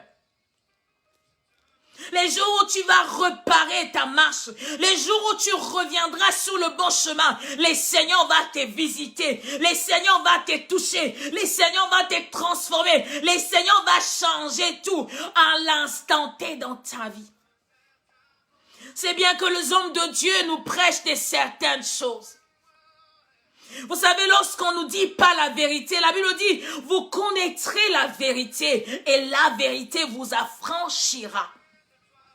Lorsqu'on ne nous prêche pas, bien-aimés, on ne nous dit pas ce qui est dangereux, ce qui est bien. Nous allons comme des brebis, nous allons comme des chèvres dans une même direction, sans pour autant savoir où nous allons. Bien-aimés, il faudrait bien qu'il y ait un point de départ et un point d'arrivée. Si dans ta vie, il n'y a que des points de départ, il n'y a pas de points d'arrivée, bien-aimé, pose-toi des questions. Tu dois faire un point sur ta vie. Les enfants de Dieu, depuis qu'ils portent le statut de chrétien, ce n'est qu'un statut, ce n'est pas une vie. Depuis qu'ils portent le statut de chrétien, ils ne font pas le point dans leur vie. C'est-à-dire, j'ai démarré la voiture, je vais y aller, même s'il y a le feu rouge, je vais brûler le feu rouge. Moi, mon problème est que j'atteigne le lieu où je vais. Bien-aimé, tu vas te rencontrer avec une voiture qui va te défoncer. Faites attention. Le Seigneur vient à nous ce soir pour nous dire, faisons attention. Cela est très important. Vous savez, la marche avec le Seigneur, arrivé à un moment, il faut que tu t'asseyes, que tu te dises qu'est-ce que je dois faire, que tu dises au Saint-Esprit qu'est-ce qui ne marche pas en fait. Est-ce que je suis dans le bon ou je me suis égaré? Qui ai-je, j'ai irrité? De qui j'ai parlé mal? Dans les secrets, est-ce que j'ai critiqué quelqu'un? Est-ce que j'ai dit du mal de quelqu'un? Est-ce que je fais ceci et cela? Bien aimé, il faut que la vie change. Voilà combien les hommes, les non-chrétiens qu'on appelle les athées, n'arrivent pas à croire en nos dieux parce que nos vies ne changent pas. Tu étais dans le monde, tu étais un pécheur. Tu viens en Dieu, tu es toujours la même personne. Qu'est-ce qui fait la différence que Christ est rentré dans ta vie? Il n'y a pas de différence. Tu es toujours la même personne. Lorsque tu étais dans le monde, tu étais ivrogne. Tu viens à Jésus-Christ, tu es toujours ivrogne. Tu t'es tellement habitué avec les péchés. Tu n'arrives pas à abandonner les vins. Tu n'arrives pas à abandonner la boisson. Tu étais dans le monde. Oh, tu étais dans l'impudicité, dans la fornication. Tu viens dans l'église, tu fais la même chose. Mais tu pries, tu demandes à Dieu, fais-moi du bien. Un jour, une sœur m'a dit, j'ai besoin d'un homme. J'ai dit, tu as besoin d'un homme. Mais moi, je savais qu'elle était en relation avec un homme. Du coup, je lui ai dit, si le Seigneur avait un pain à la main, est-ce qu'il donnera à celui qui a déjà un pain ou le Seigneur donnera à celui qui n'a pas de pain?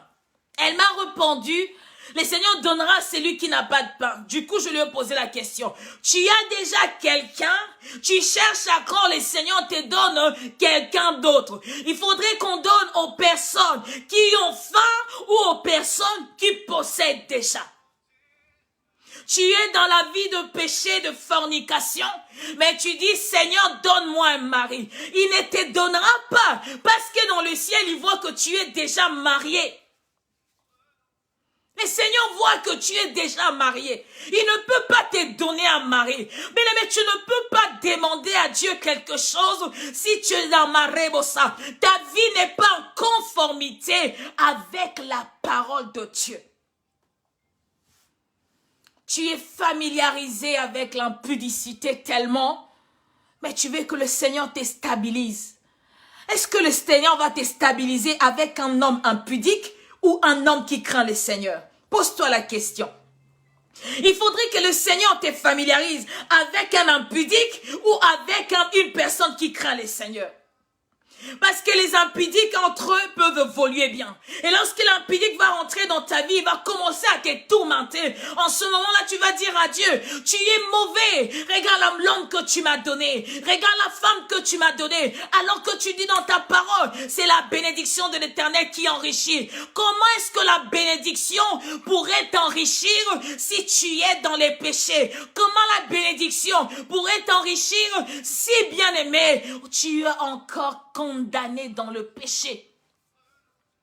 Il est temps que les choses changent. Nous passons des temps, il y a tellement de live. Il y a tellement de live, il y a tellement de messages. Comme un homme de Dieu, un enfant de Dieu m'avait dit autrefois, des fois je n'arrive plus à suivre le live parce que tout le monde est maintenant prédicateur. C'est les vents du temps de la fin. Tous sont rentrés dans le vent du temps de la fin pour non seulement accomplir la volonté de Dieu, mais faire plaisir à eux-mêmes et plaisir à leurs proches. Mais pendant ce temps-là, ils sont encore dans le péché. Ils baignent encore dans le péché. Ils naviguent encore dans le péché. Rien, qu'est-ce qu'il leur dit quelque chose? Rien ne représente quelque chose devant eux. Pour eux, le plaisir. Oh, moi je suis enfant de Dieu. Moi je serai sauvé. Bien-aimé, tu es chrétien, mais tu ne vis pas la vie de Christ. Bien-aimé, quand tu fais cela, tu n'es pas dans le bon chemin. Tu peux porter les statuts, tu peux porter le nom, mais il faudrait que ta vie soit un livre qu'on pourrait lire. Si tu es au niveau où ta vie n'est pas encore devenue un livre, bien aimé, dis-toi que je ne suis pas dans le bon. Combien de gens me disent, les non-chrétiens me disent, ah, vous les enfants de Dieu, vous parlez tout le temps de Dieu, vous parlez tout le temps de Dieu, mais vos vies ne témoignent pas la personne dont vous parlez. C'était une honte pour moi. C'était vraiment une honte. C'est pas plus loin que ça, c'était hier. Ils disent, nous connaissons un homme de Dieu. Il est méchant, un frère, il est tellement méchant. Mais quand il passe devant les directs, la façon dont il parle de Dieu, c'est comme s'il dormait dans le même lit avec le Seigneur. Est-ce qu'il faudrait qu'on parle de toi comme ça? Ou qu'ils disent, sa vie représente l'amour de Dieu. Sa vie est l'incarnation de la présence de Dieu. Sa vie est l'incarnation de l'amour de Dieu. Est-ce que les gens pourraient dire ça de toi? Que les gens disent sa vie est l'incarnation de la sainteté. Sa vie est l'incarnation du bien. Toi, on dit ta vie est l'incarnation du mal, mais tu es un enfant de Dieu. La familiarité avec le péché, la familiarité avec l'onction. Au lieu de te laisser emporter par le Saint-Esprit, toi-même, tu connais. Vous savez, des fois, je suis choquée quand j'entends une prière ou encore on dirige une prière. Ça arrive à tout le monde. Vous savez, nous avons déjà un mémo pour diriger la prière. On va commencer par dire merci à Dieu. Après, on va demander la miséricorde de Dieu. Après, on va demander la présence du Saint-Esprit. Après, on va adorer. Après, on va louer. Après, c'est les offrandes. Après, c'est la prédication. Vous savez, tout est énuméré. C'est comme s'il y avait une liste déjà énumérée à l'avance pour pouvoir parler. Bien-aimé, ce n'est pas du tout ça. Des fois, tu vas dans la présence du Saint-Esprit. Le Saint-Esprit n'agit pas. Tu es tellement familier. Tu connais comment l'emmener, comment il fonctionne. La Bible dit, Jésus-Christ a fait cette prière. Notre Père qui est dans les cieux, que ton nom soit sanctifié, que ton règne vienne. Après, il a dit, pardonne-nous. Nous connaissons tous la prière de notre Père. Aujourd'hui, nous avons tellement maîtrisé le Saint-Esprit que quand nous allons dans l'assemblée pour pouvoir prier, tout est organisé, tout est bien préparé. Quand tu vas comment, vous savez, deux fois, il y a des intercessions déjà codées ou encore coachées à l'avance. On te dit, bien aimé, tu vas demain faire la modération. Avant de faire la modération, ils vont te dire, premièrement, tu vas commencer par ceci. Deuxièmement, tu vas commencer par ceci. Troisièmement, tu sais, nous, quand on met des chansons d'adoration, le Saint-Esprit descend toujours. Il arrivera un moment, le Saint-Esprit ne va pas descendre, mais le corps va commencer à dire, c'est moi, Saint-Esprit. J'ai rigolé une fois, on était en train de discuter avec les serviteurs de Dieu. Une maman m'a dit, tellement cette femme il avait tellement la maîtrise de l'onction qu'il était en train de prophétiser. Elle était en train de prophétiser, elle disait, lisez psaume 153. Même elle-même, elle ne sait pas que le psaume s'arrête en 150. Oh, waouh! C'est dangereux ça. C'est la preuve que tu ne lis pas.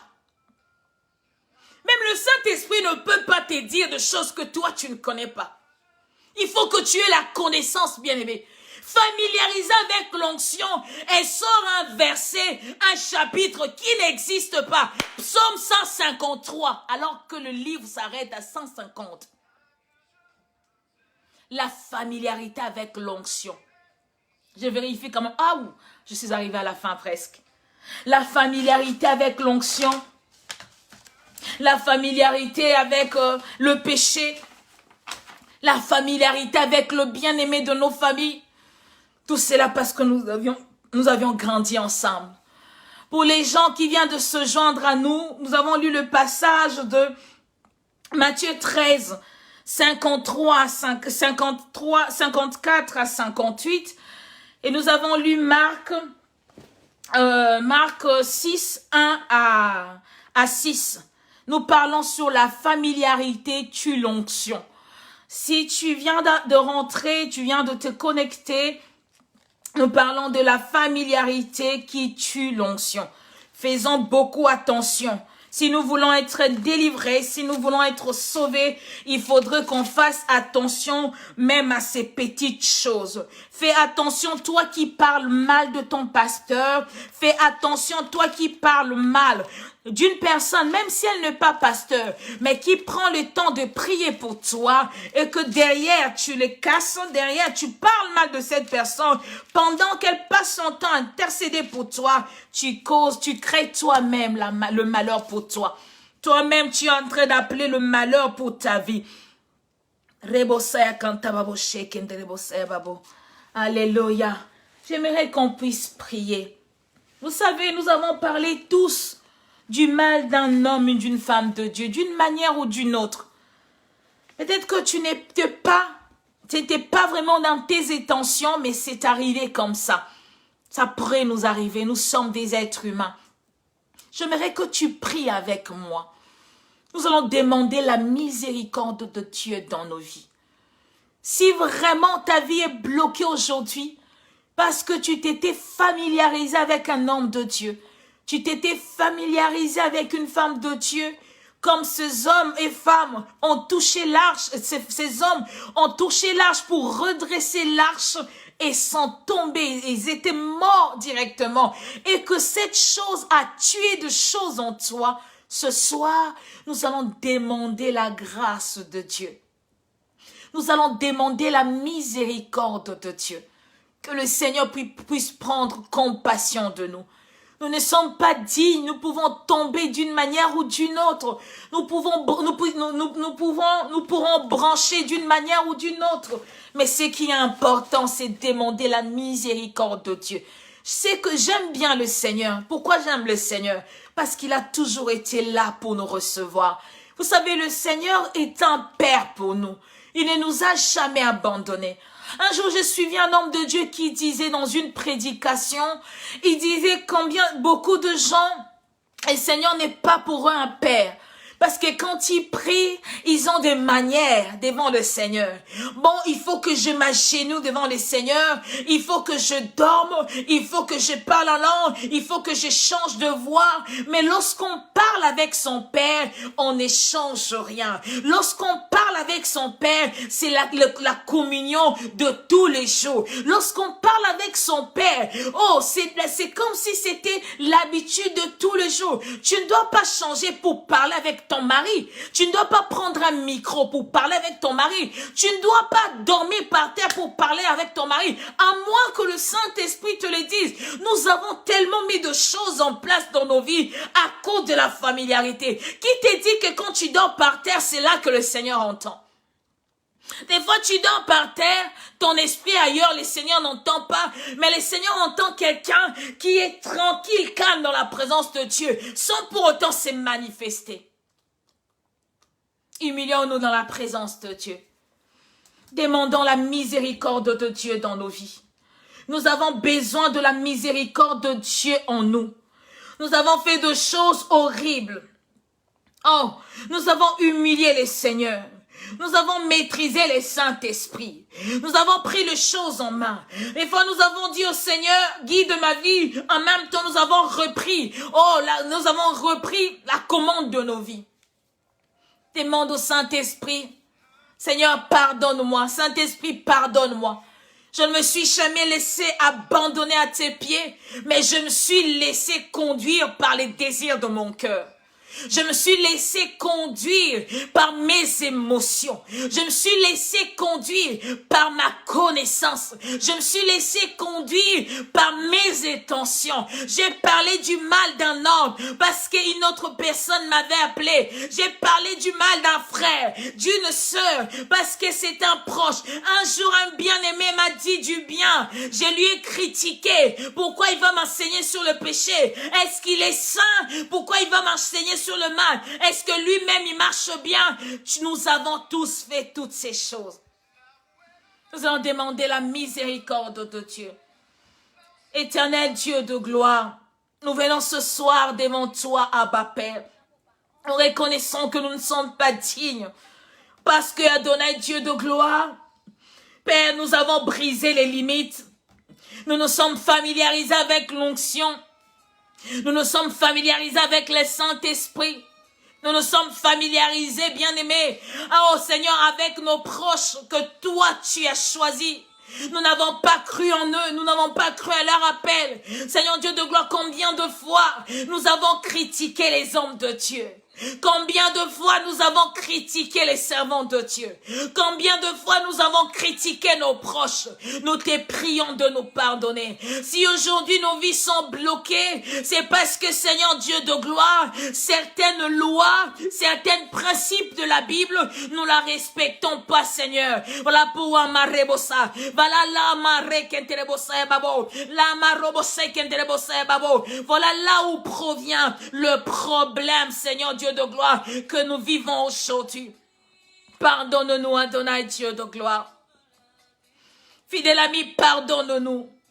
Combien de fois nous n'avons pas été reconnaissants au travers la grâce d'un homme, au travers la grâce d'une personne. Nous n'avons pas reconnu l'onction, Père, d'un de nos proches, que ce soit de nos enfants, que ce soit de nos maris, femmes, que ce soit de nos frères et sœurs. Nous avons banalisé leur onction. Nous avons minimisé leur appel. Nous les avons rejetés, Adonai. Tout cela, Père, à cause de l'orgueil, à cause, Seigneur Dieu de gloire, de la cupidité, à cause, Adonai, Dieu de gloire, de l'incrédulité, à cause, Seigneur Dieu, de l'arrogance, de l'orgueil qu'il y a dans nos cœurs. Nous n'avons pas voulu reconnaître leur grâce. Pardonne-nous ce soir. Lorsque nous réalisons nos vies, nous ne sommes pas meilleurs qu'eux. Quand nous regardons nos vies, nous ne sommes pas meilleurs que ces hommes et femmes. Mais nous te prions, Abba Père, aie compassion de nous. Nous te prions, Adonai, aie compassion de nous. Aie compassion de ton peuple, compassion de mon frère, compassion de ma sœur, qui, Adonai, Dieu de gloire, n'a pas reconnu, Seigneur, un bienfait venant d'un proche à cause de la familiarité. C'est comme si c'était une obligation et n'a pas voulu même dire un merci. Nous te prions de nous pardonner, Adonai. Pardonne-nous car plusieurs fois nous nous sommes tenus dans ta présence, mais nous ne nous sommes pas laissés emporter. Oh, nous avons pris les choses en main. Nous avons voulu bien faire les choses. Nous avons voulu conduire nous-mêmes le moment. Nous avons voulu faire de par notre façon de faire. Mais nous, Seigneur Dieu de gloire, nous n'avons pas écouté les Saint-Esprit. Combien de fois nous avons dit, Seigneur Dieu de gloire, oh, de mauvaises prophéties, des prophéties trompeuses à cause de la familiarité avec l'onction. Pardonne-nous, Seigneur, pardonne-nous. Nous te prions. De tout cœur, Seigneur, je te prie. Je te demande pardon. Je te prie, Seigneur, je te demande pardon. Pardonne-nous, bien-aimés Adonai. Dans le nom puissant de Jésus-Christ et Nazareth. Vous savez, bien-aimés, lorsqu'on prie, cette pensée montait dans mon cœur. Vous savez, beaucoup d'hommes de Dieu, beaucoup de serviteurs de Dieu, on leur reconnaît comme prophètes et ils ont tellement la maîtrise du Saint-Esprit qu'ont dû donner de mauvaises prophéties. Ils ont orienté plusieurs personnes de leur chemin. Lorsqu'ils regardent ces personnes aujourd'hui, ils se disent, oh, j'avais donné une mauvaise prophétie parce qu'elle me donnait de l'argent. Parce qu'il me donnait de l'argent. Il t'a fallu dire à la personne ce qu'elle entendait, elle attendait de toi, ce qu'elle attendait en fait. Vous savez, il y a des gens, quand ils vont chez les hommes de Dieu, ils ont déjà la solution à leurs problèmes. Et ils veulent qu'on leur dise ce qu'ils veulent entendre. Mais toi, le Seigneur t'avait dit les choses comme elles étaient. Tu n'as pas voulu dire comme le Seigneur avait dit, mais tu as dit pas pour faire plaisir à cette personne. Voilà, tu as égaré la personne de sa destinée. Tu as égaré cette personne de sa destinée.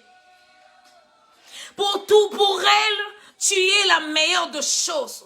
Oh, tu es l'expression du Saint-Esprit, l'expression de la présence de Dieu. En même temps, toi, tu t'es tellement familiarisé que tu as désorienté cette personne de la destinée de Dieu. Je ne sais pourquoi. Si tu es là, pris dans ton cœur. Si tu as donné une prophétie par complaisance. Si tu as donné un message pour qu'on sache que toi aussi tu peux prophétiser, toi aussi tu peux dire un message, je te conjure ce soir, demande la miséricorde de Dieu dans ta vie. Tu ne sais combien et comment tu détruis des vies. Il peut arriver que le Seigneur ne t'utilise pas dans la prophétie, c'est normal. Il peut arriver que le Seigneur, le Saint-Esprit, puisse se taire afin que tu ne prophétises pas. Tu ne peux pas tout le temps apporter la prophétie. Des fois, le Seigneur t'utilise dans la parole pour sauver des vies et non prophétiser. Tu as désorienté plusieurs enfants de Dieu de leur destinée. Nous allons continuer à demander la miséricorde de Dieu. La miséricorde de Dieu dans la vie de nos bien-aimés qui un jour seulement, ont donné une fausse prophétie qui a désorienté la vie d'une personne, qui a écarté une personne de sa destinée, qui a écarté tellement la personne de sa destinée, mais la personne, sa vie a été détruite rien qu'à cause de cette prophétie. Tu vas prier avec moi. Seigneur, je te dédie mon frère, je te dédie ma sœur, et je recommande ma vie entre tes mains. Je viens demander ta miséricorde, Adonai. S'il m'est arrivé un jour, Adonai, Dieu de gloire, de parler de ta part alors que c'était de ma part et j'ai désorienté une vie, Seigneur, je t'ai pris de me pardonner. Je t'ai pris de pardonner mon frère, de pardonner ma sœur, qui une fois, Seigneur Dieu de gloire, oh Père, a pu prophétiser de fausses chaînes d'Amandroboché, et cela a désorienté une vie. Papa, ta miséricorde. Nous demandons ta miséricorde, oh Dieu. Nous ne pouvons plus faire un pas en arrière. Oh, ces amis, ce proche, ces bien-aimés, souffrent déjà, sont déjà dedans. Mais Seigneur, c'est nous la cause de toutes ces choses. Repends ta miséricorde. Si tu daignes, Adonai, Dieu de gloire, rattrape la vie de ces personnes.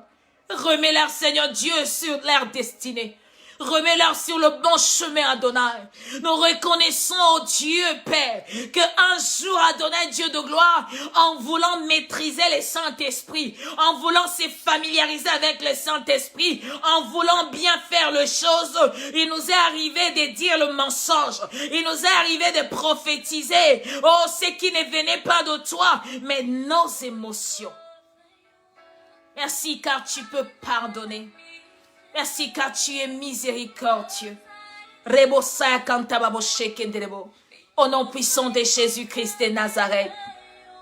Bien-aimé, toi qui es malade, j'aimerais prier ce soir pour toi. Là où tu te sens mal, si tu as un enfant malade, un proche qui est malade, tu vas imposer ta main ou tu vas élever ta main, tu vas prier en faveur de cette personne ou encore pour toi. La main de l'Éternel n'est pas courte pour pouvoir te toucher. La main de l'Éternel n'est pas courte pour pouvoir te visiter ce soir. Oh, touche là où tu as mal. Quel que soit le nom de la maladie, j'aimerais te dire, c'est lui qui a ressuscité Lazare, qui puait, ça faisait 4 jours. Il est capable de te guérir de cette maladie, car tu n'es pas encore mort, tu es encore en vie. C'est lui qui a guéri Lazare. Oh, qui a ressuscité Lazare. Qui a guéri Job de la lèpre. Une maladie incurable qui tuait. C'est Jésus est capable de te guérir. Quelle que soit la maladie incurable que tu portes. Si seulement si tu crois qu'il peut délivrer, qu'il peut libérer, le Seigneur va impacter dans ta vie. La Bible dit, Christ a dit à Marthe, il est mort, mais je sais, je m'appelle la résurrection et la vie. C'est lui qui s'appelle la résurrection et la vie. Viens dans ta maison ce soir. C'est lui qui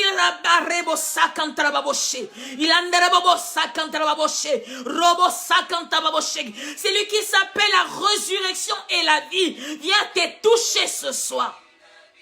Je déclare par le nom puissant de Jésus-Christ de Nazareth que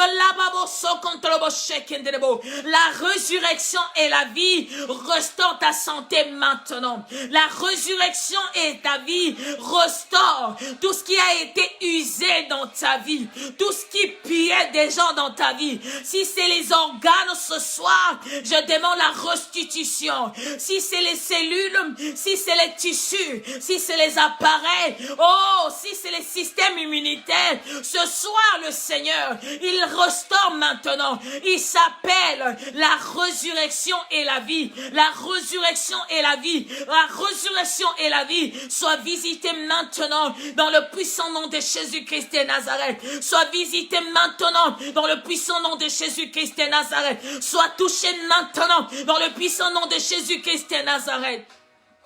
Car la résurrection et la vie vient te redonner la vie, Zoé, la vie de Dieu. Il vient te kekebo ba sheken de bossa yaba. Ne regarde pas les années, oh, que cette maladie en toi. Ne regarde pas les diagnostics de médecins, mais regarde l'homme de Galilée. Fixe les yeux vers la croix. Oh, nama rebose kantababo, rebabase kantababo sheken de rebose babo, rebabase kantababo. Ta délivrance, ta restauration ne viendra ni de l'Orient, ni de l'Occident. Je viens t'annoncer ce soir, cela vient de l'Éternel des armées. Il est capable. Il n'y a aucun homme capable comme lui. Que la gloire lui revienne encore. Merci, fidèle ami, pour ce soir.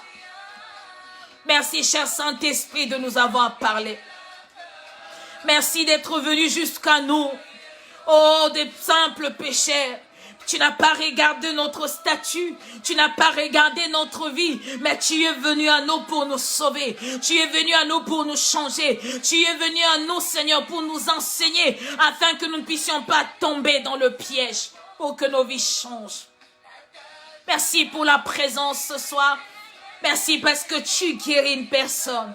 Merci parce que tu guéris la mandrebo. Le cœur d'une personne ce soir. Merci au nom puissant de Jésus-Christ de Nazareth. Que la gloire te revienne, Abba. Gloire et louange à toi, Seigneur Jésus-Christ. Nous disons 3 fois Amen. Amen, Amen, Amen. J'aimerais à ce que tu acclames là où tu es. Acclame pour le Seigneur, acclame pour le Seigneur. Que le Seigneur vous bénisse. Vraiment, j'ai débordé de 11 minutes, je m'en excuse. Que le Seigneur vous bénisse abondamment, vous tous qui étaient connectés. Encore un grand remerciement à la maison du véritable. Accrochez-vous au Seigneur, n'abandonnez pas. Abandonnez plutôt la mauvaise vie, mais faites la confiance à Dieu. Le Seigneur peut changer vos vies. Il peut transformer vos vies. Vous pouvez tout abandonner, mais sauf le Seigneur. Oui, bien-aimé, ce soir, le Seigneur voudra que tu fasses attention à ces petites choses que tu déconsidères, car elles peuvent apporter la mort dans ta vie. Elles peuvent tuer ton ministère. Elles peuvent tuer ta destinée. Nous parlons souvent de tueurs des destinées étant les êtres humains. Mais les tueurs des destinées, ça pourrait être un péché ou la familiarité avec quelque chose. Sois béni là où tu es. Que le Seigneur te visite encore afin que tu puisses témoigner la faveur de Dieu. Que tu témoignes la grâce de Dieu.